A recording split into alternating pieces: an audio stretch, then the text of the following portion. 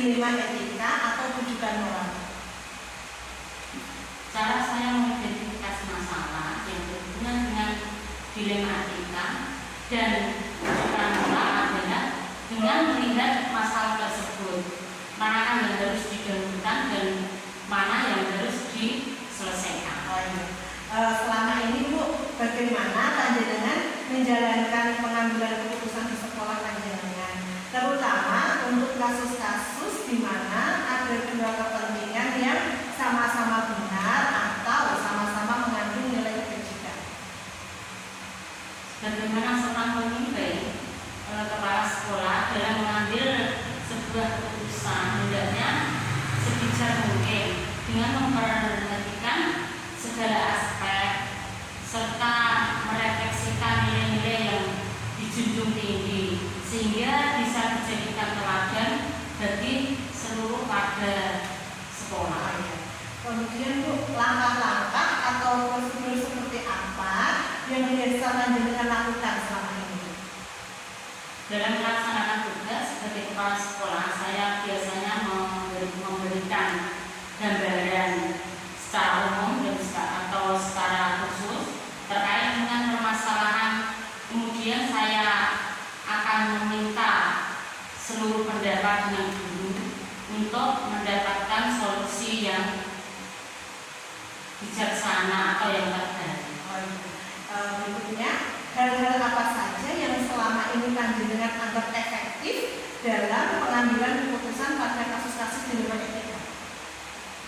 Biasanya dalam mengambil keputusan kami menerapkan beberapa hal, di antaranya mengidentifikasi keputusan yang perlu diambil, kemudian mengumpulkan informasi yang relevan, kemudian mencari solusi alternatif sebelum mengambil keputusan, kemudian mempertimbangkan kembali fakta-fakta yang ada, kemudian dan lalu mengambil tindakan untuk menentukan sebuah keputusan.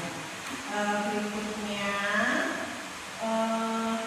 hal-hal apa saja yang selama ini merupakan tantangan dalam pengambilan keputusan pada kasus-kasus dilema etika? Tantangan saat pengambilan keputusan adalah ketika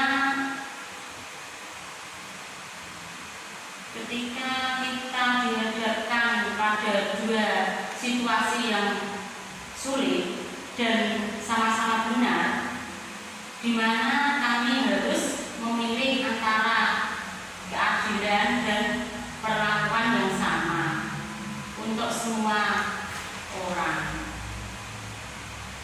atau membuat pengecualian karena kemurahan hati.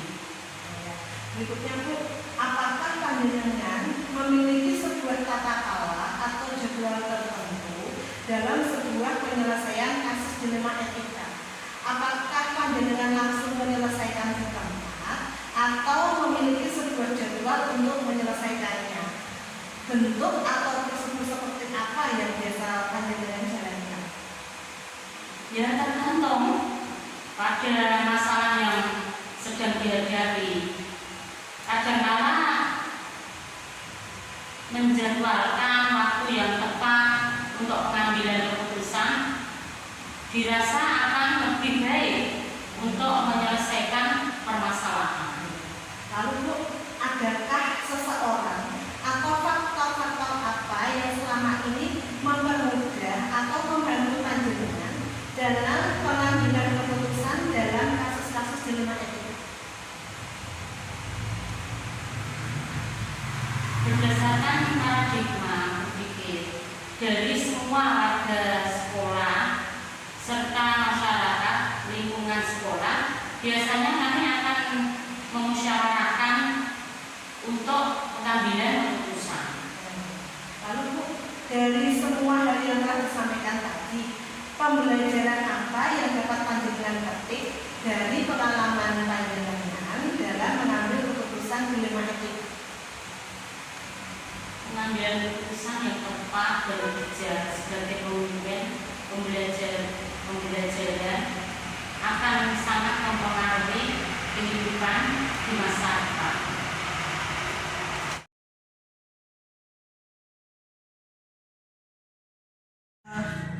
Dwi, selama ini bagaimana Bu Dwi dapat mengidentifikasi kasus-kasus yang merupakan dilema etika atau bujukan moral?